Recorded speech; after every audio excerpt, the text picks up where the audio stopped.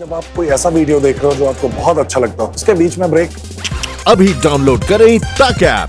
और आपको बता दें कि देश में कोरोना के मरीजों की संख्या लगभग 50,000 हो चुकी है। पिछले 3 दिनों में संक्रमण बढ़ने की रफ्तार सबसे तेज है।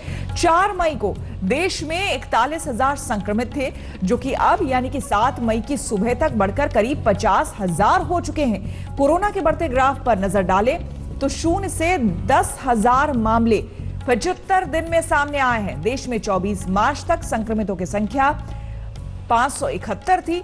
25 मार्च को लॉकडाउन के पहले दिन से लेकर अब तक संक्रमितों की संख्या 49,429 हो चुकी है। तो देखिए किस तरह से कोरोना का ग्राफ लगातार हमारे देश में बढ़ रहा है। 6 राज्यों की तस्वीरें भी आपको हम दिखा रहे हैं, जिसमें सबसे अव्वल है महाराष्ट्र। जी हां, महाराष्ट्र में सबसे ज्यादा मामले 16,758 मामले सामने आए हैं। और प्रधानमंत्री मोदी आज सुबह 9 बजे वीडियो कॉन्फ्रेंसिंग के जरिए बुद्ध पूर्णिमा कार्यक्रम में हिस्सा लेंगे। ये कार्यक्रम कोरोना पीड़ितों और कोरोना योद्धाओं के सम्मान में आयोजित किया जा रहा है। दुनिया में कोरोना महामारी के प्रभाव के कारण इस बार बुद्ध पूर्णिमा समारोह एक वर्चुअल तरीके से मनाई जा रही है। कोरोना वायरस के प्रकोप को देखते हुए सावधानी भी बरती जा रही है। इस बार सामाजिक दूरी को ध्यान में रखते हुए बुद्ध पूर्णिमा समारोह वर्चुअल स्तर पर आयोजित किया जाएगा। बुद्ध पूर्णिमा पर गुरुवार को प्रधानमंत्री नरेंद्र मोदी भाषण भी देंगे।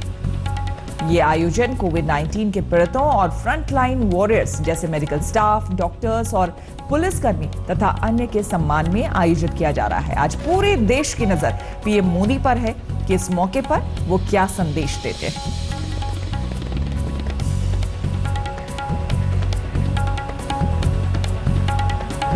और देश में कोरोना वायरस के अटैक के बाद से पीएम मोदी कई बार संदेश दे चुके हैं। अलग अलग मौके पर उन्होंने देशवासियों से बात की है और लोगों को संकट से निपटने के उपाय भी सुझाए हैं। पीएम मोदी ने 19 मार्च को जनता कर्फ्यू का ऐलान किया। लोगों ने उनकी बात ध्यान से सुनी और घरों में कैद रहे। 22 मार्च को प्रधानमंत्री ने कोरोना वॉरियर्स के सम्मान में लोगों से ताली और थाली बजाने के लिए कहा। मोदी का ये आइडिया भी जनता ने सिर माथे पर लिया। 24 मार्च को राष्ट्र के नाम संबोधन में पीएम मोदी ने 21 दिन के लॉकडाउन का ऐलान किया। कोरोना की चेन तोड़ने के लिए पूरे देश में एक साथ लॉकडाउन लागू किया गया।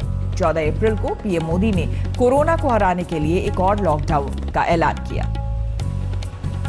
देश में लॉकडाउन नहीं होता तो क्या होता, ये सोचकर आपके होश फाख्ता हो जाएंगे। आप चौंक जाएंगे। कोरोना के खिलाफ लॉकडाउन की वजह से संक्रमित मरीजों की संख्या को रोकने में काफी हद तक कामयाबी हमें मिली है। लेकिन हाल के दिनों में जिस तरह से कोरोना के मरीजों की संख्या बढ़ी है, उससे कई सवाल भी खड़े हो गए हैं। कोरोना के कहर से बचने के लिए देश लॉकडाउन के तीसरे फेज में है, लेकिन हालात नहीं हैं काबू में। वायरस का विस्फोट लोगों को बनाता जा रहा है निशाना। मौजूदा संकेत बताने के लिए काफी है कि हालात जल्द ठीक होने वाले नहीं हैं। लॉकडाउन 3 के 3 दिन बीत गए, यानी 43 दिन बीतने के बाद भी कोरोना पर ब्रेक नहीं लग सका है। इन 3 दिनों के आंकड़ों पर गौर करें तो इसकी रफ्तार पहले से कहीं ज्यादा है। 4 मई को संक्रमित मरीज की संख्या थी 2900 और मौत का आंकड़ा था 99। 5 मई को संक्रमित मरीज की संख्या थी 3900, मौत का आंकड़ा था 195। 6 मई को संक्रमित मरीज की संख्या हो गई 2680 और मौत का आंकड़ा था 111। पिछले 24 घंटे में भारत में कोविड-19 के कारण हुई डेथ्स में 195 केसेस का इंक्रीज नोट किया गया है, जिसके कारण कुल डेथ्स की संख्या अब बढ़कर 1568 हो चुकी है। पिछले 24 घंटे में हमने कंफर्म केसेस और डेथ्स की संख्या में अब तक का हाईएस्ट इंक्रीज नोट किया है। कोरोना के संक्रमण काल में सबसे चिंता की बात यह है कि एक्सपर्ट मानते थे कि लॉकडाउन 2 के बाद स्थिति काबू में आना शुरू हो जाएगी। इंडिया टुडे के डेटा इंटेलिजेंस यूनिट यानी DIU के आंकड़े साफ बता रहे हैं कि वास्तविकता और अनुमान में जमीन आसमान का अंतर है। नीति आयोग की उम्मीद और मौजूदा हालात में कोई मेल नहीं दिख रहा है। जबकि 23 अप्रैल को नीति आयोग ने अनुमान लगाया था कि 15 मई तक कोरोना के मामले 0 तक पहुंच जाएंगे, लेकिन मौजूदा हालात देखकर लगता नहीं कि ऐसा होने वाला है। कोरोना के विस्फोट को समझने के लिए हमें अमेरिका और इटली जैसे देशों के हालात को समझना होगा। वहां कोरोना वायरस काल बनकर टूटा है। वहीं अपने देश में भी कोरोना वायरस के मरीजों की संख्या तेजी से बढ़ती जा रही है। जिस तरीके से पिछले 15 दिनों में देश में कोरोना मरीजों की संख्या बढ़ी है, वो अपने आप में चिंताजनक है। DIU की इस डेटा पर नजर डालेंगे तो स्थिति साफ हो जाएगी। देश में 60% से ज्यादा मामले पिछले 15 दिन में ही बढ़ गए हैं। 20 अप्रैल से लेकर 5 मई तक के ये आंकड़े डराने वाले हैं। इसे देखकर मतलब साफ है कि आने वाले दिनों में हमें ज्यादा अलर्ट रहने की जरूरत है। लॉकडाउन 3 में बहुत सारे ऐसे छूट दिए गए हैं जिससे अर्थव्यवस्था पटरी पर आ सके। इसी में सरकारी और प्राइवेट दफ्तरों में शर्तों के साथ कामकाज शुरू हो गया। दुकानों को खोलने में ढील दी गई, लेकिन देश भर में शराब के लिए उमड़ी भीड़ ने चिंता की लकीर को और बड़ा कर दिया।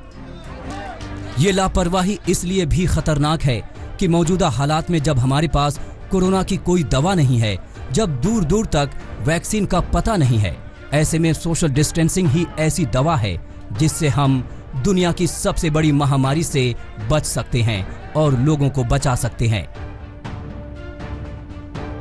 पिछले दिनों जिस तरीके से संपूर्ण बंदी को लेकर सरकार ने कदम उठाए, उसकी पूरी दुनिया में तारीफ हुई।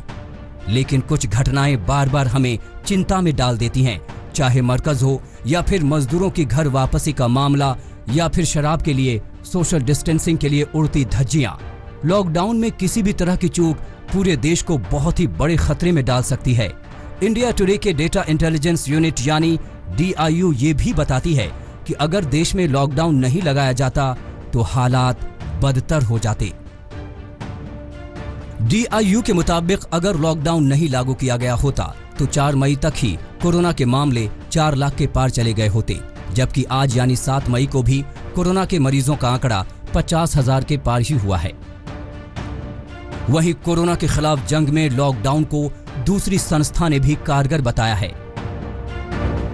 मुंबई की international institute for population sciences यानी IIPS के एक स्टडी में पाया गया है कि अगर लॉकडाउन नहीं किया जाता तो देश में कोरोना से 4,30,000 से ज्यादा लोग संक्रमित हो गए होते और 33,000 लोगों की मौत हो चुकी होती। ऐसे में साफ है कि कोरोना के संक्रमण के चेन को तोड़ना है तो लॉकडाउन ही कारगर हथियार है और इसी हथियार के बूते हम कोरोना पर फतह हासिल कर सकते हैं। आज तक ब्यूरो। यानी कि लॉकडाउन टूटा तो खतरा फौरन दबोच लेगा। कोरोना ने किसी भी लापरवाही पर छोड़ा नहीं है। ऐसे में लॉकडाउन 3 काफी अहम है। समय बीतने के साथ साथ कुछ शहरों का हाल गंभीर होता जा रहा है।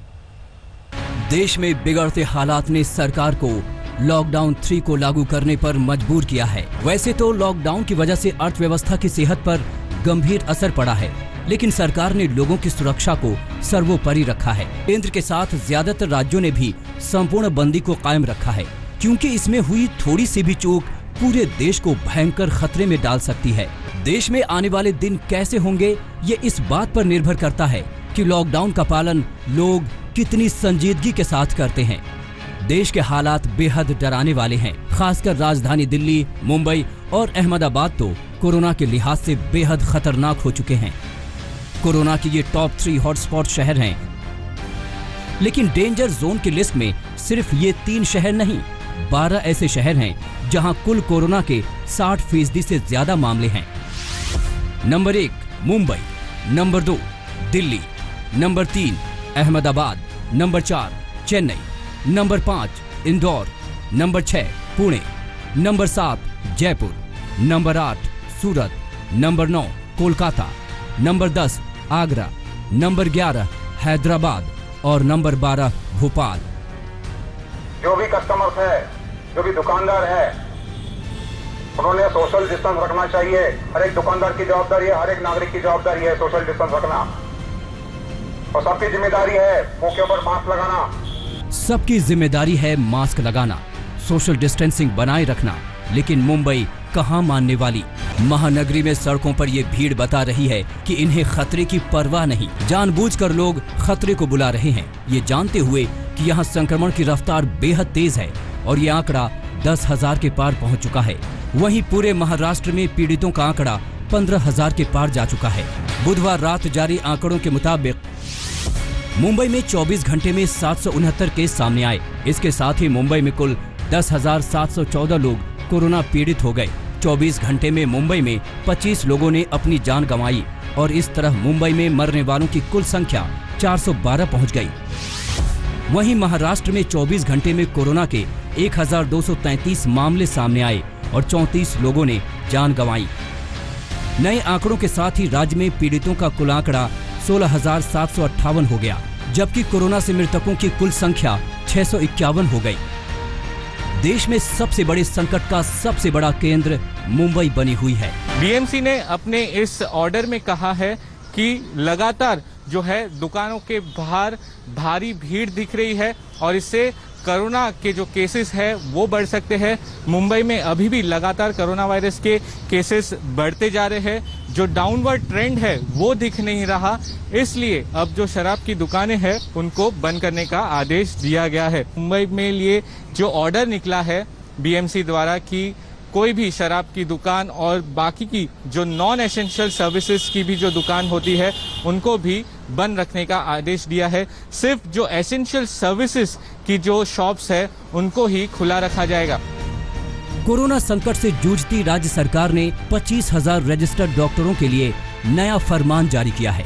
इसके मुताबिक उन्हें कोविड सेंटर में कम से कम 15 दिन की ड्यूटी करना अनिवार्य कर दिया गया है। ऐसा नहीं करने पर सरकार कार्रवाई की तैयारी में है। तनुश्री पांडे और मुस्तफा शेख के साथ सौरभ वक्तानिया, मुंबई आज तक।